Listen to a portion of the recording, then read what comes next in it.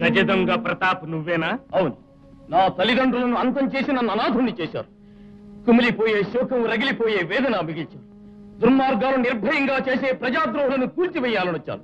అమాయక ప్రజలనే వధింపదలచారే. నీ కథ వినుటకు సొంపుగానే ఉంది, కానీ ఘోరమైన అపవాదు నా మీద మోపడం వింతగా ఉంది. నేనింతవరకు జనులకు ఉపకారమే చేశాను, శత్రువుగా మారలేదు. కానీ వృక్షమే వేరును తినివేస్తుంది. పాలకుని తమ్ముడే ప్రజలకు ద్రోహం తలపెడుతున్నాడు. దేశాన్ని కాపాడే వ్యక్తి నేడు కీడు తలపెడుతూ ప్రజాద్రోహిగా ప్రవర్తిస్తున్నాడు. ఏదో ఒక విధంగా పగ సాధించుకోవాలనే నేను బ్రతికి ఉన్నాను.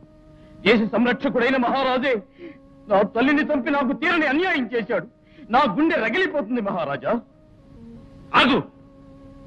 అసందర్భమైన అభాండం నా మీద వేసే కన్నా ఈ అగ్నికి నన్ను ఆహుతి చేయి.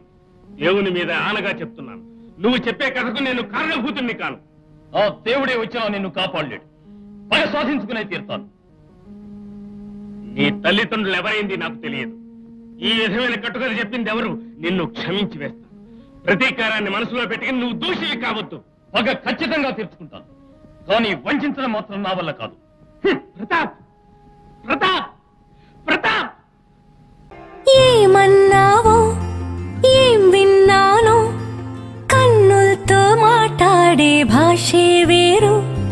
ఏదో మాయా చేసావయ్యా, మనసులతో పాటాడే రాగం వేరు. చిన్ని చిన్ని ఆసే సిరి వెన్నెల్లో నా పూసే, గుండెల్లో నీ ఊసే ఒక భాసే చేసే. గుచ్చే చూపుల్లోనా, రవిచ్చే నవ్వుల్లోనా.